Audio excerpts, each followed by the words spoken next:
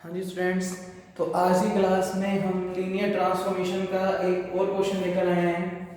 तो बच्चे थोड़ा सा वर्डिंग देखकर कई बार बच्चे सोचते हैं कुछ अजीब सा क्वेश्चन है, पर बच्चे बहुत ही सिंपल क्वेश्चन है। तो ध्यान से देखो, कहता वीएफ नाम का बंदा एक वेक्टर स्पेस है, यानी हमें वीएफ क्वेश्चन में वेक्टर स्पेस दिया हुआ है जिसमें जो भी मैट्रिसेस होंगी, यानी वीएफ में कलेक्शन मैट्रिक्स टाइप के एलिमेंट है, और वो सभी की सभी मैट्रिक्स किस ऑर्डर की है, m क्रॉस n।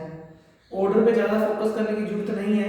वीएफ आपको वेक्टर स्पेस दिया हुआ है जिसमें मैट्रिसेस की कलेक्शन है, और capital M and capital N are fixed matrix of order. M तो है वो कितने ऑर्डर का है, m क्रॉस n, और जो n है वो कितने ऑर्डर का है, n क्रॉस n ऑर्डर की मैट्रिक्स। यानी m और n की मैट्रिसेस है, पर एक इंपॉर्टेंट वर्ड, ये m और n फिक्स मैट्रिक्स है। बच्चे फिक्स मैट्रिक्स का मतलब आप इनको चेंज नहीं कर सकते। आप m1 m2 नहीं लिख सकते या n1 n2 नहीं लिख सकते, क्योंकि m का नाम पूरे क्वेश्चन में m ही रहेगा और n का नाम n ही रहेगा, क्योंकि ये दोनों फिक्स मैट्रिक्स हैं। जब भी किसी के आगे फिक्स वर्ड आ जाएगा तो आप उसके पैरों में 1 2 ऐसा यूज नहीं कर सकते। तो कहता show that the mapping t, एक t नाम से फंक्शन डिफाइन किया गया है कि जब भी आप किसी a मैट्रिक्स पे t लगाओगे तो रिजल्ट क्या मिलेगा, m a n। यानी यहां पर जो मैट्रिक्स होगी वो इन दोनों मैट्रिक्स के बीच में लिखी जाएगी। m को भी चेंज नहीं कर सकते, n को भी चेंज नहीं कर सकते, और यहां पर जो भी मैट्रिक्स लोगे वो बीच में लिखोगे। ये मैपिंग दी हुई है हमें, जैसे कल क्वेश्चन में tx, y बराबर mod x माइनस y, ऐसे याद दे दिया। जब भी किसी a मैट्रिक्स पे t अप्लाई करोगे तो रिजल्ट क्या मिलेगा, यहां पर m, लास्ट में n, और बीच में ये जो भी ब्रैकेट में वैल्यू होगी वो बीच में लिखी जाएगी। ऐसा कोई फंक्शन दे दिया तो कहता जहां पर ये a मैट्रिक्स कहां से आ रही है, वेक्टर स्पेस V से, क्योंकि V में कलेक्शन किसकी है, मैट्रिसेस, तो उससे a नाम की कोई मैट्रिसेस ली। तो कहता है इस t नाम की मैपिंग को क्या प्रूव कर दो, लीनियर ट्रांसफॉर्मेशन। तो बच्चे चैप्टर हमारा लीनियर ट्रांसफॉर्मेशन है और हमें t को प्रूव भी क्या करना है, लीनियर ट्रांसफॉर्मेशन। तो लिखने का भाई, गिवन vf जो है वो वेक्टर स्पेस है किसी m क्रॉस n मैट्रिसेस की, यानी vf से जो भी एलिमेंट लेंगे वो मैट्रिक्स का एलिमेंट होगा। m और n हमें क्या दिए हुए हैं, फिक्स मैट्रिक्स, यानी हम पूरे क्वेश्चन में m और n को चेंज नहीं कर सकते। Also given ta is equal to क्या, man, ये हमें दिया हुआ है, इसको हम हमेशा इक्वेशन नंबर 1 कहते हैं। तो इक्वेशन नंबर 1 जहां पर ये जो a मैट्रिक्स है वो कहां से आ रही है, वेक्टर स्पेस V से। प्रूव क्या करना है t को, लीनियर ट्रांसफॉर्मेशन। और जब भी मैट्रिक्स टाइप के क्वेश्चन या मोड टाइप के क्वेश्चन होंगे तो आपको दो प्रॉपर्टी प्रूव करनी है, तो दोनों प्रॉपर्टी लिख दी। आज चेंज क्या देख रहे हो, t अल्फा प्लस बीटा लिखता था यहाँ पे, आज a प्लस b। वो क्यों, क्योंकि बच्चे अब की बार जो हमारा पहला वेक्टर स्पेस, क्योंकि a की वेक्टर स्पेस है तो यानी t v से v में डिफाइन है। तो बच्चे हम जानते हैं कि वेक्टर स्पेस से जो भी एलिमेंट मांगते हैं उसके नाम अल्फा बीटा रखते हैं, पर अब की बार वेक्टर स्पेस मैट्रिक्स की कलेक्शन है तो हमने नाम अल्फा और बीटा ना देकर a और b, तुम चाहो तो अल्फा और बीटा भी रख सकते हो, कोई दिक्कत नहीं है। तो मैंने क्या लिखा, क्योंकि उसने v से a टाइप का एलिमेंट मांगा हुआ है तो मैंने v से a और b अल्फा बीटा ना लेकर a और b ले लिए।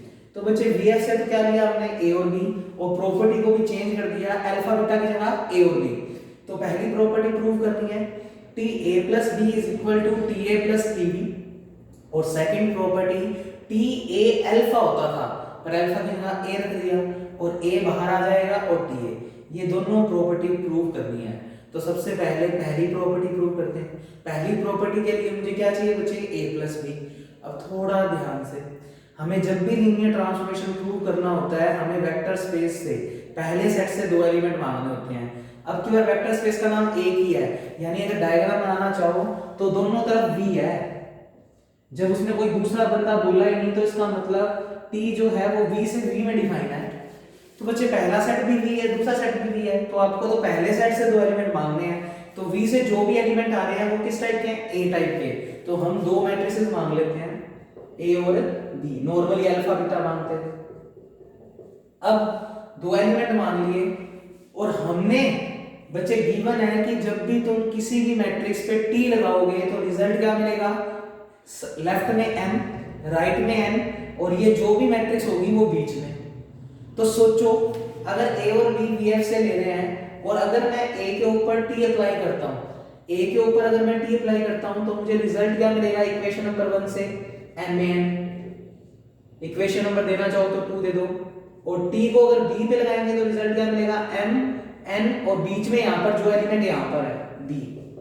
ठीक है बच्चे, इक्वेशन नंबर 1 को देखते हुए लिख दिया। अब हमें तो ये बराबर ये प्रूव करना है, तो मैं पहले a प्लस बी, अब a प्लस बी अलग से तो जुड़ेगा नहीं, तो इस वाले क्वेश्चन में पूरी एलएचएस बुलानी पड़ेगी हमें। हर बार तो हम पहले इतने की वैल्यू निकालते थे फिर टी ऑपरेट करते थे, अब तो इस पूरे को बुलाना पड़ेगा। Now LHS is equal to, है सिंपल सा क्वेश्चन, हमने पूरी एलएचएस बुला ली टी a प्लस बी।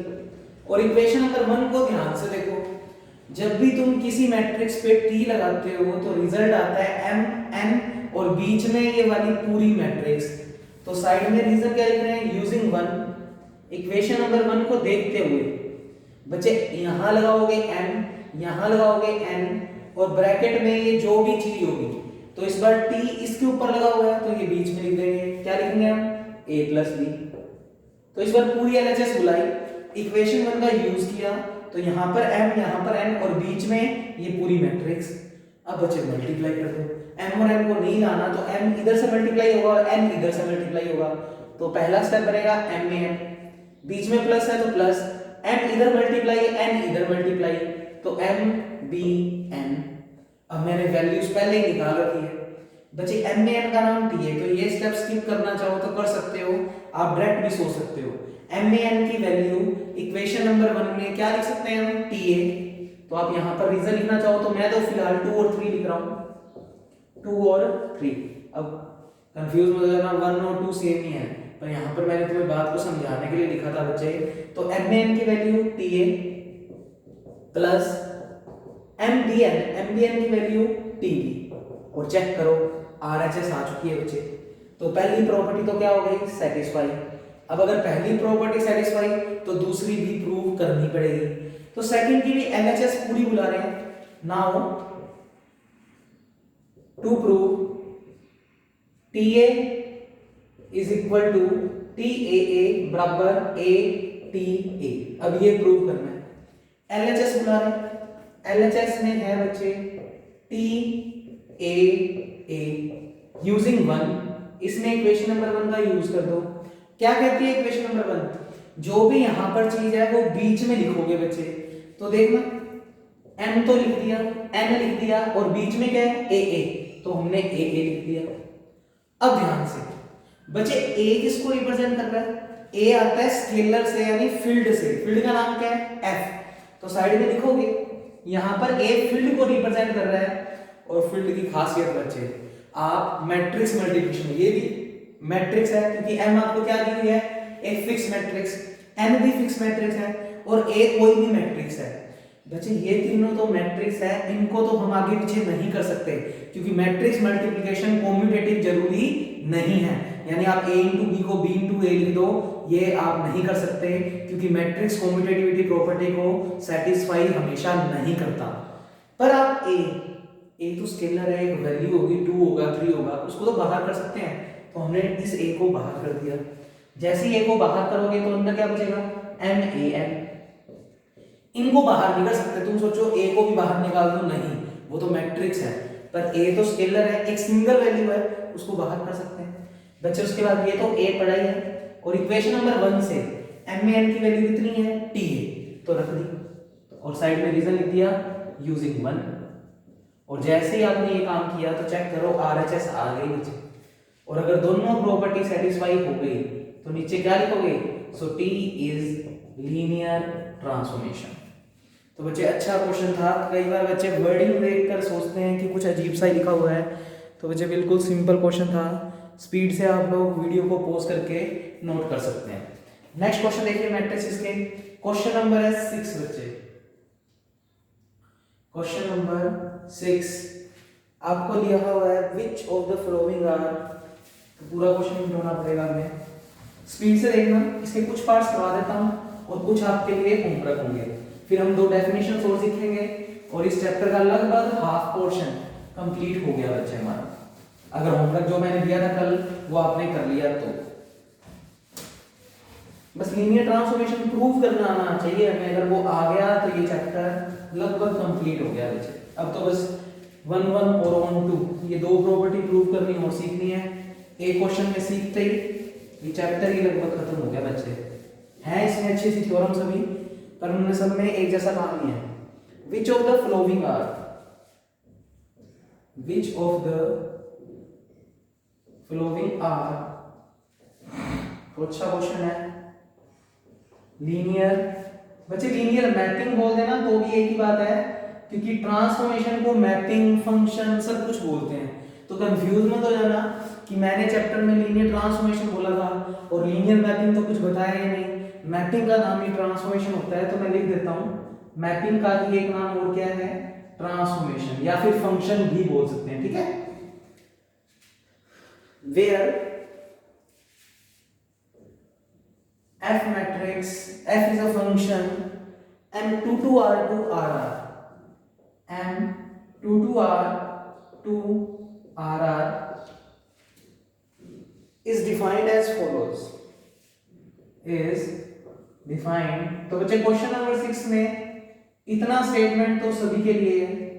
फिर कुछ पार्ट्स दे रखे हैं, जैसे पहला पार्ट दे रखा है आपको A नाम से, F को ABCD पे लगाओगे, F को अगर A B C D पे लगाओगे तो रिजल्ट मिलेगा A प्लस D। सुनो क्या कह रहा है क्वेश्चन, बच्चे आपको F नाम का फंक्शन अब की बार T नाम से नहीं दिया तो क्या फर्क पड़ता है, पूरी डेफिनेशन में जहां जहां T लिखते हैं वहां F लिख देंगे। कहता F नाम का एक फंक्शन है जो M2 to R से किसमें डिफाइन है, RR में। ये तो चार पार्ट जो भी दे रखे हैं इस क्वेश्चन में, उसके लिए ये लाइन तो सभी के लिए सेम है, यानी डायग्राम तो एक ही मिल गया। बच्चे पहले वेक्टर स्पेस का नाम देखना क्या है, M2 to R, नाम कुछ भी दे सकता है, हमें सिर्फ समझ में आना चाहिए। फंक्शन का नाम T ना होकर अब की बार फंक्शन का नाम क्या है, F, तो पेपर में वो जो सिंबल यूज करेगा आपको भी वही लिखना है। दूसरा सेट क्या है, RR, तो RR हमारा एक वेक्टर स्पेस हो दे रखा है। अब सुनो करना क्या होगा, F एक फंक्शन दिया हुआ है M2 to R से RR में, और हमें प्रूफ क्या करना है, which of the following are linear mapping, यानी F जो है वो लीनियर मैपिंग होगा या नहीं इस केस के लिए। फिर B पार्ट के लिए भी F लीनियर मैपिंग होगा या नहीं, जो भी दे रखा होगा उस पार्ट के लिए। तो हमें बेसिकली F को लीनियर ट्रांसफॉर्मेशन प्रूव करना है। बच्चे लीनियर ट्रांसफॉर्मेशन के लिए तो हमें प्रॉपर्टीज प्रूव करनी है, क्योंकि मैट्रिक्स टाइप का क्वेश्चन है तो आप दो प्रॉपर्टीज प्रूव करोगे। तो एक कसम से ये हमारे को इक्वेशन नंबर 1 दिया हुआ है, जैसे हर बार क्वेश्चन में दिया होता था, ये हमारी इक्वेशन नंबर 1 है वही, और हमें इस वाले यानी इस मैट्रिक्स पे जब F लगाएंगे तो रिजल्ट क्या मिलेगा, इन दोनों का सम, डायगोनल वाले एलिमेंट्स का सम। तो कहता इस रिजल्ट का यूज करके प्रूव करो कि क्या ये F फंक्शन लीनियर मैपिंग होगा या नहीं। अगर दोनों प्रॉपर्टी सेटिस्फाई कर गया तो होगा, नहीं तो नहीं। अब अच्छा सुनो इसका मीनिंग समझो, M22 का क्या मतलब है, M22 का मतलब इस वाले में जो भी मैट्रिक्स होगी वो 2 into 2 ऑर्डर की होगी। ये 2 लिखने का मतलब 2 into 2 ऑर्डर की। तो चेक कर लो, पहले सेट से जो दो एलिमेंट मांगेंगे वो 2 into 2 की दो मैट्रिक्स मांगेंगे। जैसे इसने पहली मैट्रिक्स का नाम क्या रखा है, ABCD, तो मैं अपनी पहली मैट्रिक्स का नाम क्या रखूंगा, क्योंकि दो एलिमेंट मांगने होते हैं, मैं दो मैट्रिक्स कौन कौन सी मांगूंगा, A1 B1 C1 D1, और दूसरी A2 B2 C2 और D2।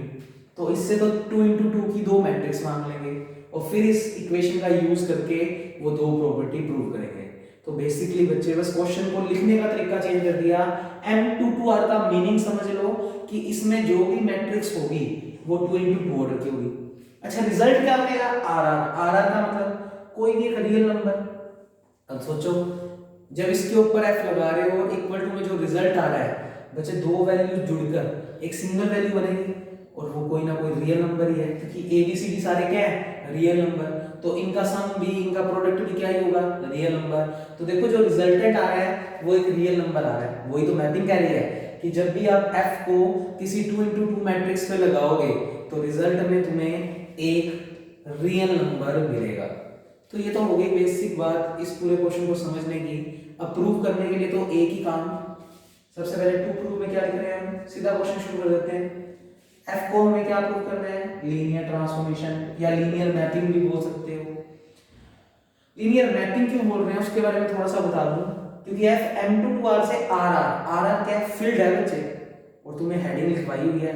अगर V से F में कोई फंक्शन जा रहा है तो उसे लीनियर फंक्शनल बोलते हैं, और फंक्शन को एक्चुअली में मैपिंग बोलते हैं, इसलिए इसका नाम वो क्या बोल रहा है, लीनियर मैपिंग। पर प्रॉपर्टी में कोई फर्क नहीं है बच्चे। दो प्रॉपर्टी कौन कौन सी प्रूव करनी है, T नहीं F, क्योंकि मैट्रिक्स टाइप की कलेक्शन है तो मैट्रिक्स के नाम A और B रख दिए, तो F A plus B तो प्रूव करेंगे F A plus F B, जहां पर A और B मैट्रिक्स कहां से आ रहा है, पहले सेट से। पहले सेट का नाम M2 to R, यही इंपॉर्टेंट बातें हैं बच्चे। A और B मैट्रिक्स कहां से आ रही है, M2 to R से। और सेकंड प्रॉपर्टी प्रूव करनी है F A कैपिटल A बाहर F A, तो सारे T की जगह F रिप्लेस हो गया, और अल्फा बीटा की जगह A और B। मैट्रिक्स वाले क्वेश्चन में अल्फा बीटा लिखना ही नहीं है, A और B लिखोगे, क्योंकि मैट्रिक्स को नॉर्मली कैपिटल अक्षर से डिनोट करते हैं। तो आप इन छोटी छोटी बातों का ध्यान रखिए बच्चे, नहीं तो अल्फा बीटा ले लेते हो तो कोई फर्क नहीं पड़ता बच्चे। अच्छा, A बिलोंग्स टू क्या होता है, फील्ड। बच्चे फील्ड क्या दिया हुआ है आपको, R दिया हुआ है, तो A तो एक रियल नंबर है।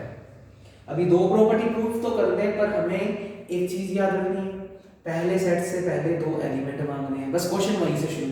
तो M2 to R से दो एलिमेंट मांग लिए, बस ये क्वेश्चन की शुरुआत हो गई। क्वेश्चन की शुरुआत हो गई तो क्वेश्चन भी खत्म हो ही गया बच्चे। दो बंदे मांग ली, अब A की शक्ल वो हमें इक्वेशन नंबर 1 बता रही है, ध्यान से देखो। F को इस पे लगाने पर, किस पे लगाने पे, M2 to R के एलिमेंट पे लगाने पे, और M2 to R का मतलब 2 into 2 की मैट्रिक्स। तो A मैट्रिक्स हम इसको देखते हुए क्या मानेंगे, A1 B1 C1 D1, जहां पर ये अंदर वाले एलिमेंट उस वेक्टर स्पेस के फील्ड से बिलोंग कर रहे होते हैं। बच्चे फील्ड क्या दे रखा है उसका, R, तो साइड में लिखना चाहो तो लिखोगे, जहां पर A1 B1 C1 D1 सभी रियल नंबर है, वेक्टर स्पेस के फील्ड से बिलोंग करते हैं। ऐसे B मैट्रिक्स, B भी हमने M2 to R से लिया है, और M2 to R में 2 into 2 के मैट्रिसेस हैं, तो B की शक्ल A2 B2 C2 D2। तो कई बार कईयों को क्वेश्चन समझ नहीं आता बच्चे, तो ये बहुत ही सिंपल क्वेश्चन है। मैट्रिक्स लिखने का मतलब यही है कि M2 to R में इस टाइप के एलिमेंट है, तो हमने जब उससे दो मैट्रिक्स मांगी तो एक का ऐसा कुछ मान लिया और एक को ऐसे कुछ, जहां पर ये अंदर वाले एलिमेंट फील्ड से बिलोंग करते हैं, तो A2 B2 C2, और फील्ड हमें दिया हुआ बच्चे वेक्टर स्पेस का R।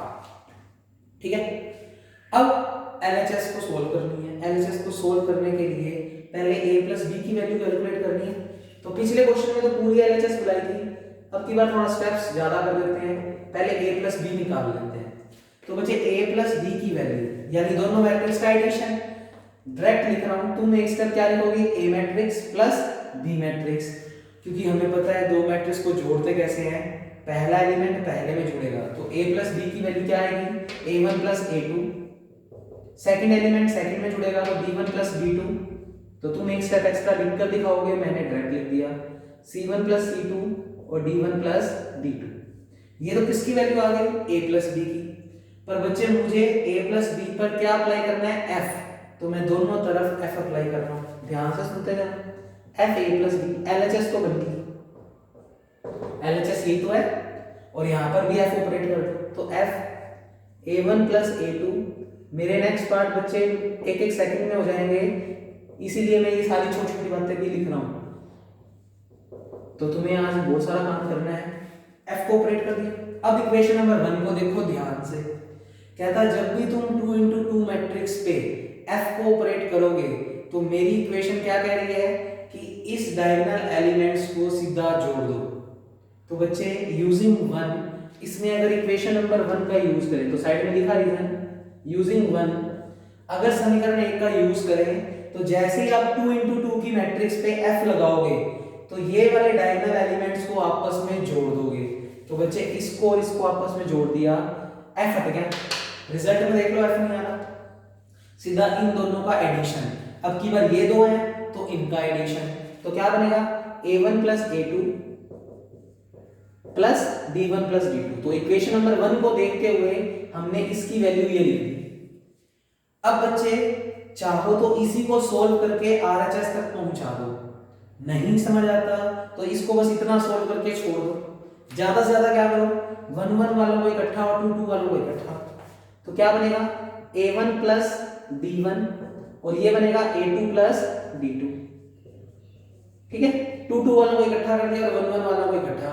अब वैसे तो तुम लोग समझदार हो, अगर मैं इसकी वैल्यू लिखना चाहूँ इक्वेशन नंबर 1 से, क्योंकि लीनियर ट्रांसफॉर्मेशन जब भी प्रूव करते हैं इक्वेशन नंबर 1 दो बार यूज होती है। पहले तो यहाँ पर यूज हो जाती है, फिर बाद में रिवर्स यूज होती है। तो देखो जरा, a1 प्लस d1, ध्यान से सुनना, a1 plus d1, equation number 1 को देखो, a1 प्लस d1 को मैं क्या लिख सकता हूँ, f a1 b1 c1 d1। अगर पैरों में 1 1 लगा रहे हो तो यहाँ भी सबके पैरों में क्या लगाओगे, 1 1। अगर ये बात नहीं समझते हो तो कोई दिक्कत नहीं है, आप इसको यहीं तक करके छोड़ दो। मैं चलो दोनों तरीके करवा देता हूँ एक बार। पहले तो मैं इसी को सोल्व कर रहा हूँ। a1 प्लस d1 में अगर इक्वेशन नंबर 1 का यूज करूं तो यूजिंग 1, तो पहले तो इसी को सोल्व करके आरएचएस तक पहुंचाते हैं।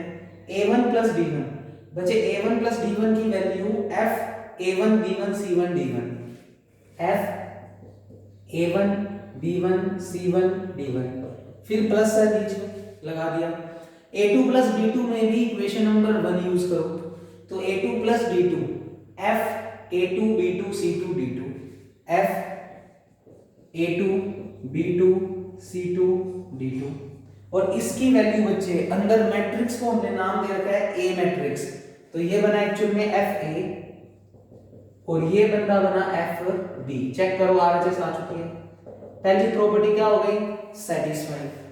अब दूसरा मेथड भी मैं करवा देता हूं। अगर ये चीज तुम्हें समझ नहीं आई बच्चे तो तुम क्या कर सकते हो, यहां तक क्वेश्चन करके छोड़ दो, उसके बाद ये एरो मत लगाना, तो और लगाकर दूसरा तरीका और बता देता हूं। आप आरएचएस को बुलाओ। एलएचएस तो तुमने यहां तक तो सॉल्व कर ही दी इजीली, 1 1 वालों को इकट्ठा कर दिया और 2 2 वालों को इकट्ठा कर दिया। उसके बाद यहीं पर छोड़ दो एलएचएस को, यानी एलएचएस का मान तो ये कुछ आ गया। अब अगर आरएचएस का मान भी यही कुछ आ जाए तो ये एलएचएस और आरएचएस क्या हो जाएगी, इक्वल। तो और लगाकर सेकंड मेथड और करवा रहा हूं, पेपर में कोई एक कर देना। आरएचएस क्या है बच्चे, एफए प्लस एफबी, बुला लिया, तो दोनों में से कोई एक तरीका लगा देना। ए और बी मैट्रिक्स हमने जो मानी हुई है वो उठाकर रख रहा हूं, तो बच्चे एफ एज इट इज, ए में तो है a1 b1 c1 d1 और बी में है a2 b2 c2 d2। और अब समीकरण एक यूज कर दो, तो यूजिंग 1 दोनों में, जब भी 2 into 2 के ऊपर f लगाओ, जब भी 2 into 2 के ऊपर f लगाओ तो इक्वेशन नंबर 1 क्या कह रहा है, इन दोनों एलिमेंट्स को सीधा जोड़ दो। तो बच्चे इन दोनों एलिमेंट्स को सीधा जोड़ दो, क्या बनेगा, a1 प्लस d1, फिर बीच में प्लस है प्लस, इसमें भी समीकरण एक का यूज कर दो, तो कहता डायगोनल वाले एलिमेंट्स को सीधा जोड़कर लिख दो, तो a2 प्लस d2। और चेक करो यही वैल्यू और यही वैल्यू दोनों सेम ही तो है, तो LHS बराबर क्या आ गया, RHS। तो पहली प्रॉपर्टी तो क्या हो गई, सेटिस्फाइड। अब तुम्हारे पे है कि तुम्हें इसी को सॉल्व करके वहां तक पहुंचाना है या फिर RHS को बुलाकर, क्योंकि कुछ क्वेश्चन लेंथी होते हैं बच्चे जिसमें आप इसी को सॉल्व करके वहां तक नहीं पहुंचा सकते। तो जो सिंपली स्टेप होकर सॉल्व हो गया उसके बाद आप RHS को सॉल्व करने लग जाओ। क्यों उलझते हो, RHS को बुला लो, उसको सॉल्व करो, वो वहां तक अपने आप पहुंच जाएगा, फिर हमें दिमाग लगाने की जरूरत नहीं है। तो बच्चे ये नोट कर लो। अब बी प्रॉपर्टी, सेकंड प्रॉपर्टी हमें ये प्रूव करनी है, तो मैं ये वाला क्वेश्चन लिख रहा हूं बच्चे, यहां तक की तो वैल्यू मुझे नेक्स्ट क्वेश्चन में भी चाहिए, तो मैं यहां से लिख रहा हूं। तो आप लोग आराम से पॉज करके पहले वो नोट कर लेना, पहली प्रॉपर्टी प्रूव हो गई। अब दूसरी देख, तो तुम तो अपने नोट्स में वो प्रॉपर्टी लिखने के बाद जो मैं अब लिख रहा हूं वो लिखोगे, और मैं पूरा बोर्ड इसलिए नहीं बिटोरा क्योंकि मुझे जरूरत पड़ेगी नेक्स्ट क्वेश्चन में फिर से, तो इतनी वैल्यू क्यों लिखे बारी बारी में।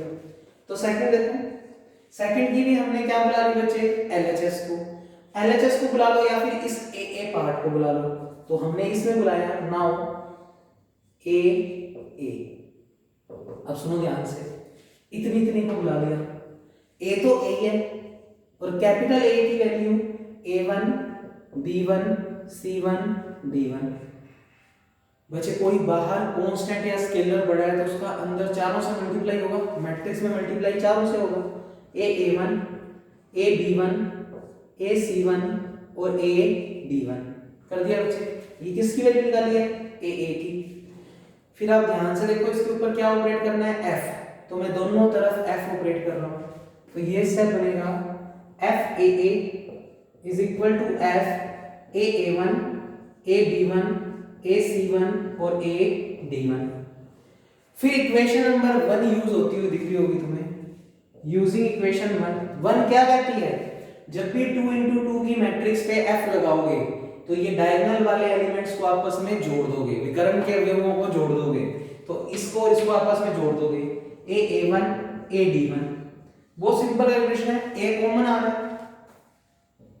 हमेशा दो बार यूज होती है समीकरण a की, ये याद रखना। a1 प्लस d1, इसमें समीकरण 1 का यूज कर दो, a1 प्लस d1 को मैं क्या लिख सकता हूं, f a1 b1 c1 d1। तो यूजिंग 1, a तो बाहर चल ही रहा है और इसको समीकरण 1 से f a1 b1 c1 d1। और बच्चे इसका नाम, इस मैट्रिक्स का नाम हमने क्या रखा हुआ है, कैपिटल A, तो ये बन गया AFA बराबर में RHS। तो बच्चे हमने LHS बुलाकर RHS तक पहुंचा दिया, तो दोनों प्रॉपर्टी सेटिस्फाई हो रही है। तो फिलहाल A जो पार्ट है वो आपका लीनियर मैपिंग बना रहा है, तो आप लिख सकते हो F is a linear mapping for this part. अब क्वेश्चन की हेडिंग तो यही है, B पार्ट कर रहे हैं तो ये आप नोट आउट कर लो, ये है, नीचे लिख देना F is linear mapping, linear map. तो अच्छा क्वेश्चन है, पेपर में आ सकता है बच्चे। तो मेरे को बारी बारी नहीं लिखना पड़ेगा। बी पार्ट में आप लोग देखो F A B C D बराबर A square plus B square, मैं डोर रहा हूं यहां पे। बी पार्ट में कह रहा है यही चीज, पर रिजल्ट में बोल रहा है A square plus B square. Result को पढ़ना सीखो, यानी जो ऊपर वाले दोनों एलिमेंट है उनका स्क्वायर करके सम कर दो, उनका वर्ग करके जोड़ दो। अब की बार इक्वेशन एक ही है, प्रूव वही, एफ को लीनियर ट्रांसफॉर्मेशन या लीनियर मैपिंग प्रूव करना है, तो ये दो प्रॉपर्टी प्रूव करनी है, इसलिए मैंने लिमिट होया था। पहले सेट से दो एलिमेंट मांग लिए, क्वेश्चन शुरुआत ही वहीं से करनी है, तो ए और बी मांग लिया, ए और बी की शक्ल इसको देखते हुए लिख दी, सेम ही आएगी, इसलिए यहां तक नहीं मिटोया। फिर क्योंकि ये वाली पहली प्रॉपर्टी प्रूव करनी है तो हमें a प्लस बी निकालना है, तो a प्लस बी हमने निकाल लिया, दोनों को जोड़ दिया, पहला पहले में, दूसरा दूसरे में, तीसरा तीसरे में और चौथा चौथे में। और इसको भी नहीं मिटाते, क्यों नहीं मिटाते, क्योंकि जब सेकंड प्रॉपर्टी, चलो एक बार इसको मिटा देता हूं आपके लिए, या इसको भी पढ़ा रहने देते हैं।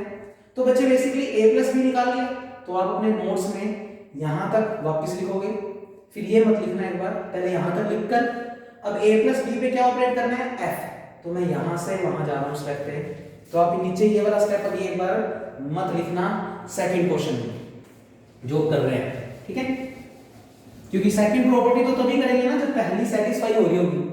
तो a प्लस बी तो आपने निकाल लिया, अब a प्लस बी पे क्या अप्लाई करना है, f, तो यहां पर मैं दोनों तरफ f अप्लाई कर रहा हूं, तो स्टेप देखो,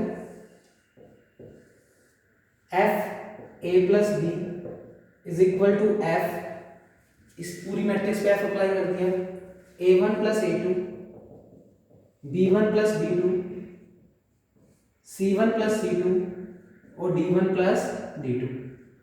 अब जैसे f अप्लाई किया तो इक्वेशन 1 यूज होगी। 2 into 2 की मैट्रिक्स पे जब भी f अप्लाई करोगे तो अब समीकरण एक क्या कह रहा है, जो ऊपर वाले दोनों एलिमेंट है उनका स्क्वायर करके जोड़ दो।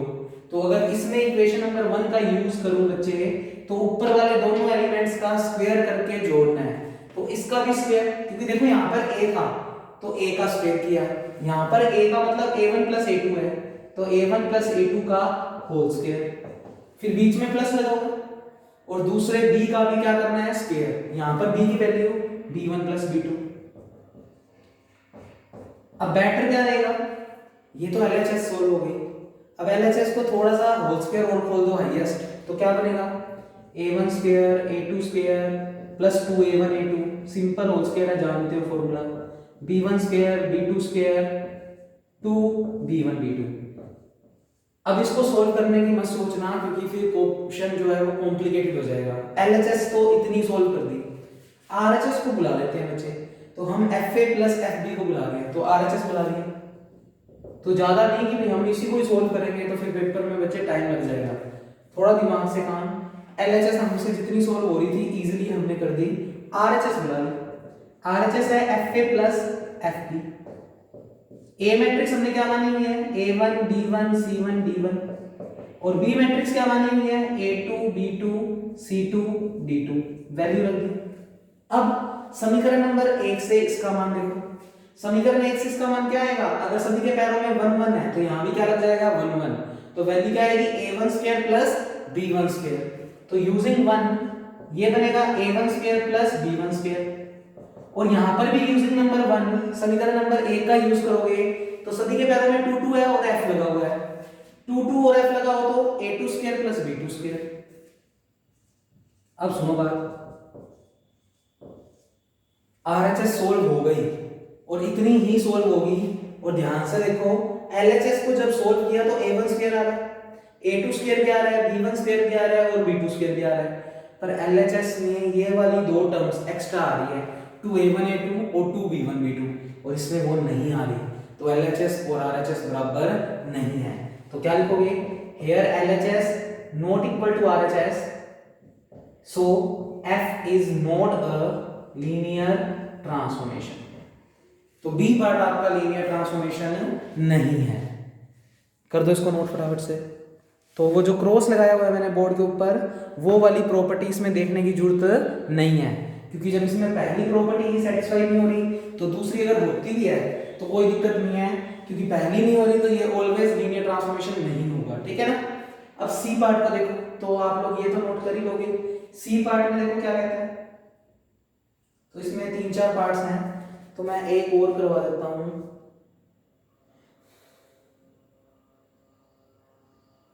तुम कर लो बच्चे सी पार्ट और देख लो, F A B C D बराबर, F A B C D बराबर, अब की बार जो कह रहा है इक्वेशन नंबर 1 में वो देखो, कहता इसका इससे प्रोडक्ट कर दो ए डी माइनस करके इसका इससे प्रोडक्ट कर दो। अब की बार समीकरण एक ही दी हुई है, क्वेश्चन वही, सब कुछ सेम चलता रहेगा बच्चे। आपको एफ को लीनियर ट्रांसफॉर्मेशन प्रूव करना है तो आपको ये दो प्रॉपर्टी प्रूव करनी है। पहले सेट से दो मैट्रिक्स मान ली ए और बी, ए की शक्ल और बी की शक्ल, फिर एलएचएस को सोल्व करना है तो a प्लस बी चाहिएगा, a प्लस बी की वैल्यू निकाल ली, इतना क्वेश्चन सेम कॉपी में फिर से लिखोगे, फिर a प्लस बी तो आ गया। अब एलएचएस पूरी करने के लिए दोनों तरफ क्या अप्लाई करना है, f, तो ये देखो एरो लगा के लिखो, ये f अप्लाई कर दिया, तो यहां तक तो सेम। अब यहां से फिर देख लेते हैं, तो बच्चे ये बेनिफिट होता है अपने लोगों को जो व्हाइट बोर्ड पे काम कर रहे हैं, a प्लस बी पे दोनों तरफ f अप्लाई कर दिया, इतना क्वेश्चन तो एज इट इज। बस अब समीकरण एक चेंज हो गई, क्या कह रही है समीकरण एक, जब भी 2 into 2 के ऊपर f लगा हुआ है, जब भी 2 into 2 के ऊपर f लगा हुआ है तो अब यूज क्या करना है, इसका इससे मल्टीप्लाई माइनस इसका इससे मल्टीप्लाई।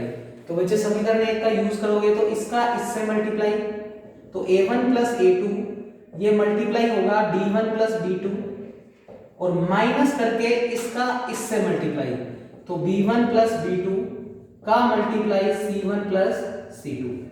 ज्यादा से ज्यादा क्या कर सकते हैं, इन दोनों ब्रैकेट्स का मल्टीप्लाई और कर सकते हैं, तो कर दो।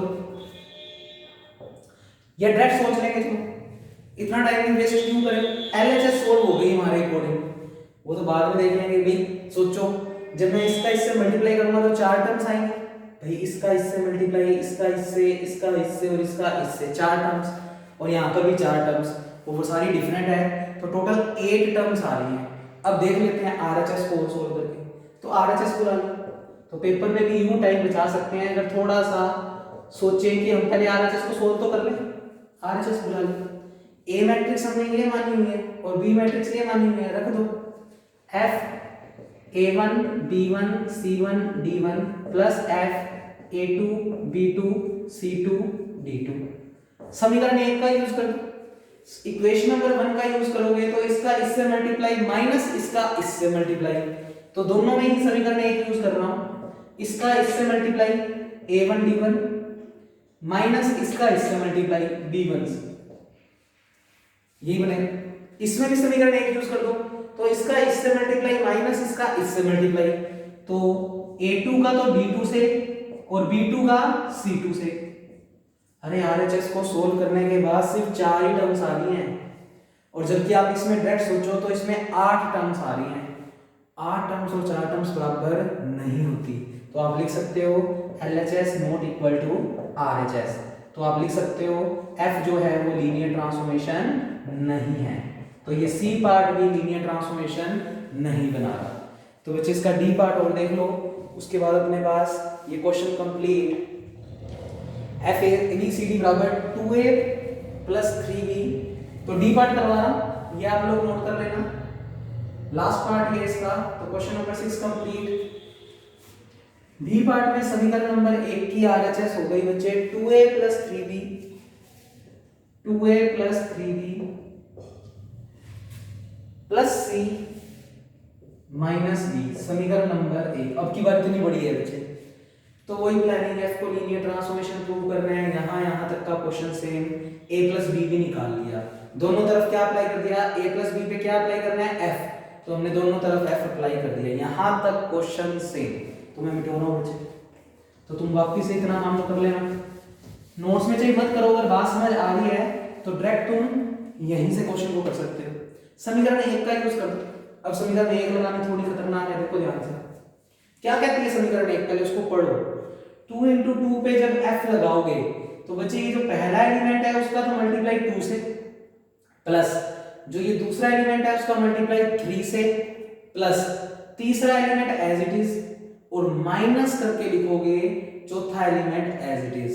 तो उसमें लगाते हैं यही चीज, पहले एलिमेंट का मल्टीप्लाई 2 से करना है, तो जब इसमें समीकरण 1 यूज करूंगा तो ये पहला एलिमेंट है उसका मल्टीप्लाई 2 से, तो बच्चे 2A1 प्लस A2, फिर बीच में प्लस लगाओगे, दूसरा एलिमेंट जो भी है उसका 3 से मल्टीप्लाई, तो दूसरा एलिमेंट इस बार ये है उसका 3 से मल्टीप्लाई, 3B1 प्लस B2, फिर प्लस लगाकर तीसरा एलिमेंट सीधा, तो प्लस तीसरे एलिमेंट में कौन है, C1 प्लस C2, और बच्चे फिर माइनस लगाकर चौथा एलिमेंट एज इट इज, तो माइनस लगाकर चौथा एलिमेंट क्या है बच्चे, D1 प्लस D2, इसको ब्रैकेट में लिखना क्योंकि माइनस इस पूरे के ऊपर, ठीक है।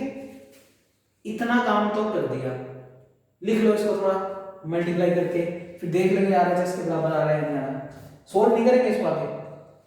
2A1 plus 2A2 plus 3B1 plus 3B2 plus C1 plus C2 minus D1 minus D2, LHS solve हो गई पूरी।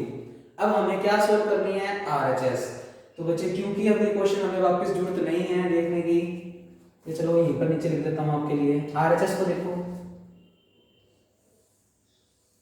ये लो RHS में बच्चे क्या है, FA प्लस FB, बुला दिया FA प्लस FB, A और B मैट्रिक्स हमने कुछ ना कुछ मान रखी है, रख रहे हैं वहां पर A1 B1 C1 D1 plus F A2 B2 C2 और D2। समीकरण 1 दोनों में यूज कर दो, इसमें समीकरण 1 यूज करोगे तो बच्चे बस सभी के पैरों में क्या लगा दोगे, 1 1, ज्यादा सोचने की जरूरत नहीं है, तो सभी के पैरों में 1 1 लगा दो इक्वेशन नंबर 1 की RHS में, तो क्या लिखोगे 2A1 3B1 plus C1 minus D1, और ऐसे ही इसमें भी समीकरण 1 यूज करोगे तो 2 2 है तो सभी के पैरों में 2 2 लगा दो, तो क्या बनेगा 2A2 3B2 plus C2 minus B2, check कर सकते हो ये और ये बराबर आ रही है, ध्यान से देखो 2A1 2A2 प्लस प्लस क्या आ रहा है 3B1 3B2 3B1 3B2 plus plus क्या आ रहा है C1 plus C2 C1 plus C2, और माइनस का D1 माइनस का D2, माइनस का D1 माइनस का D2, तो इस बार तो LHS और RHS बराबर आ रही है, तो आप क्या लिखोगे here LHS is equal to RHS, so first property तो क्या हो गई, सेटिस्फाई। अब दूसरी करनी है, दूसरी प्रॉपर्टी सेटिस्फाई करनी है तो हमें A into कैपिटल A निकालना होगा, हमने निकाल रखा है पहले से, तो अब अपने नोट्स में इतना काम करने के बाद ये वाली लाइन लिख देना कि फर्स्ट प्रॉपर्टी सेटिस्फाई। सेकंड वाली के लिए नाउ A ए तो ए ही है, और कैपिटल ए का मतलब A1 B1 C1 D1, फिर ए का अंदर मल्टीप्लाई कर दिया, ये स्टेप बन गया। अब इसके ऊपर क्या अप्लाई करना है, एफ, तो मैं दोनों तरफ क्या अप्लाई कर रहा हूँ, एफ। तो ये आप नोट कर लो बच्चे, मैं दोनों तरफ एफ अप्लाई कर रहा हूँ। तो देखो स्टेप क्या बनेगा, तो क्योंकि पहली प्रॉपर्टी इसमें सेटिस्फाई हो गई तो दूसरी भी प्रॉपर्टी इसमें सेटिस्फाई करनी पड़ेगी हमें। तो बच्चे देखो जरा ध्यान से, एफ अप्लाई कर दिया हमने, एफ ए ए बराबर एफ ए A1 ए B1 ए C1 और ए D1 कर दिया एफ अप्लाई। वहां पर इक्वेशन नंबर 1 यूज हो जाएगी। क्या कहती है समीकरण एक, पहला एलिमेंट जो भी है उसका 2 से मल्टीप्लाई, बच्चे पहला एलिमेंट ये सारा है तो इसका 2 से मल्टीप्लाई, तो 2a A1, दूसरे एलिमेंट का मल्टीप्लाई 3 से होना है तो आप 3 से करोगे a B1 का मल्टीप्लाई, प्लस तीसरा एलिमेंट एज इट इज, तीसरा एलिमेंट एज इट इज, और माइनस करके फोर्थ एलिमेंट, तो माइनस करके फोर्थ एलिमेंट। LHS सोल्व हो गई। अब RHS को सोल्व कर लेते हैं। तो RHS में है बच्चे हमारे पास क्या, A F कैपिटल A, तो A F capital A, capital A हमने क्वेश्चन में कुछ मानना हुआ है, A1 B1 C1 D1 रख दिया। अब इसमें समीकरण 1 यूज हो जाएगी, तो बाहर A तो पड़ा ही है और समीकरण 1 का यूज करोगे तो ये रिजल्ट बिल्कुल 1 1 के पैरों में लिख दो, पैरों में 1 1 लगा दो, 2A1 3B1 plus C1 minus D1, A का अंदर मल्टीप्लाई कर दो, चेक करो बिल्कुल सेम स्टेप है, 2A A1 आ रहा है, 3A B1 आ रहा है, A C1 आ रहा है और A D1 आ रहा है माइनस का, तो बिल्कुल सही है। LHS is equal to RHS, और नीचे क्या लिख दोगे, F इज लीनियर ट्रांसफॉर्मेशन, तो ये D पार्ट जो है वो लीनियर ट्रांसफॉर्मेशन है, D और C नहीं थे, A और D हैं बच्चे। तो ये कंप्लीट हो गया बच्चे, लीनियर ट्रांसफॉर्मेशंस के जो इंपॉर्टेंट क्वेश्चंस थे वो सारे हमने कर दिए हैं लगभग।